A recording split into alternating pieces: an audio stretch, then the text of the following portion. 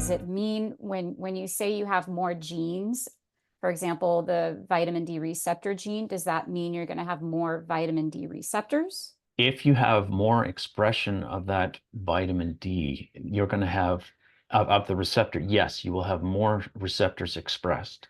And what that means is if you're talking about a leukocyte, a white blood cell, they express vitamin D receptors inside of them. And if we have more of those expressed, then that means there's a greater potential if you have vitamin D in the mix for a bunch of genes to be induced. So what we're looking at here, this is a sequence from a cow, but it doesn't matter. What we have here is a bunch of letters. Those letters individually represent a different nucleotide. So the C stands for cytosine, the G stands for guanine, the A stands for adenine, and the T stands for thymine. So that's our recipe to produce a protein. And here we have in brackets, we have a single nucleotide polymorphism, or a SNP.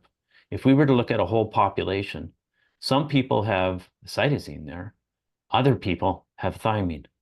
And we have two copies of every gene, so somebody might be homozygous for cytosine, somebody might be homozygous for thymine, somebody might be heterozygous and express both of those. And if you remember from biology a long time ago, three of these nucleotides is combined to make a codon, which encodes for an amino acid. And so this region here may be within a codon that affects the shape of the vitamin D receptor. And so depending on what SNP you've got there will affect the shape of that vitamin D receptor and how well it can bind to vitamin D. Or maybe it's in the promoter region of an enzyme, a gene encoding an enzyme. So some people get lots of that enzyme produced. Other people don't get much of it produced.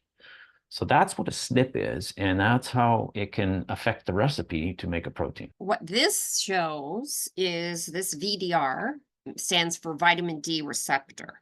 And as it turns out, this is one of these key genes that are involved in the vitamin D activation pathway. So you can see that almost every cell in the body has vitamin D receptors. Now, if you look now over here to the right-hand side in the green, you can see there's genes for the vitamin D receptor, and they're going to transcribe the protein, which is the vitamin D receptor itself, kind of shown here as these little Ys. And those vitamin D are going to be found, for example, on the surface of cells.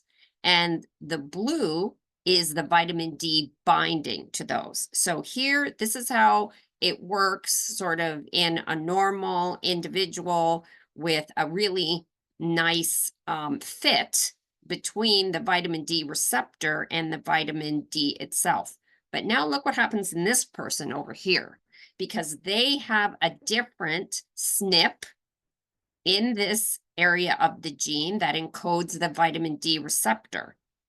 So now if you look at the vitamin D receptor, it doesn't look quite the same. It's got a little different shape. And so now when that vitamin D is put on the surface of the cell and the vitamin D goes to bind to it, you can see it doesn't have as great a fit. And you say, so what?